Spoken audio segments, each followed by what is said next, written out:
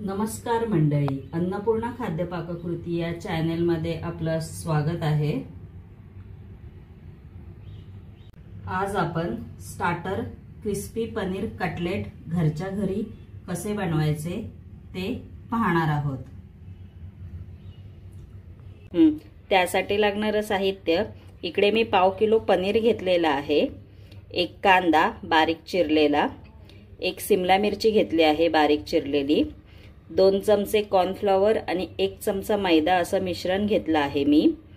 Oregano घेतला आहे, कोथिंबीर घेतली आहे, 2 ते 3 हिरव्या मिरच्या आहेत बारीक चिरून घेतलेल्या, ब्रेड क्रम्स घेतले आहेत अर्धा कप, अर्धा चमचा काळी मिरी पावडर घेतलेली आहे, आलं घेतला आहे, 1 चमचा धणे पावडर घेतला आहे, चिली फ्लेक्स घेतला आहे, 1 चमचा गरम मसाला, 2 चमचे कॉर्नफ्लॉवरचं पीठ घेतलं आहे, चवीनुसार मीठ।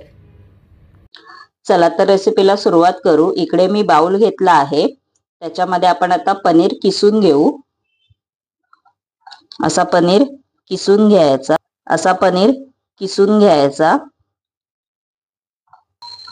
पनीर आपला किसून झालेला आहे। आपण आता याच्यामध्ये कांदा घालून घेऊ, मग शिमला मिरची, हिरवी मिरची, आलं, कोथिंबीर, ऑरिगॅनो, धणे पावडर, गरम मसाला, चिली फ्लेक्स,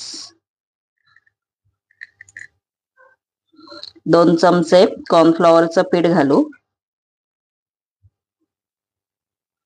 हे मिश्रण मिक्स करून घेऊ आता।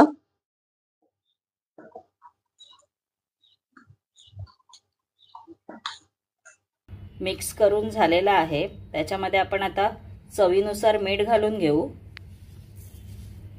आपल्याला ह्याच्या टिक्क्या बनवायच्या आहेत या मिश्रणाच्या। परत मिक्स करून घेऊ हे।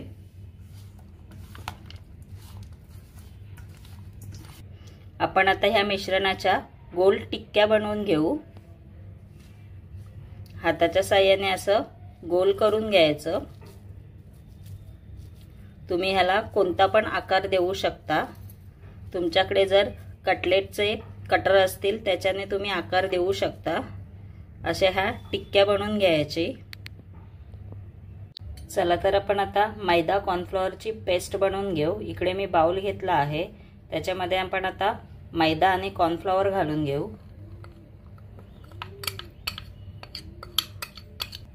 मग चिली फ्लेक्स घालून घेऊ,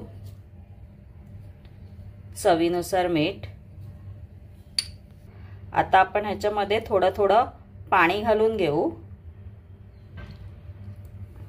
मिक्स करून घेऊ।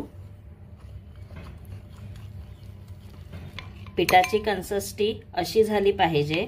मी फक्त इथे अर्धा कप पाण्याचा वापर केलेला आहे। असा मिश्रणाला कटलेटचा आकार द्यायचा। माझ्याकडे कटलेट कटर होते त्यामुळे मी असे आकार दिलेले आहेत। आपण आता हे कटलेट मैद्याच्या पेस्टमध्ये घोळवून घेऊ। असा मैद्याच्या पेस्टमध्ये घोळवून घ्यायचा।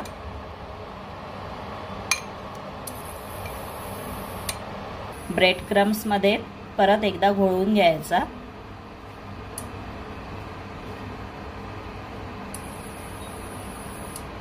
आपण आता हा डीप फ्राय करायला तळून घेऊ। हा गोल्डन ब्राउन होईपर्यंत तळून घ्यायचे हे। आपले पनीर कटलेट तयार झालेले आहेत।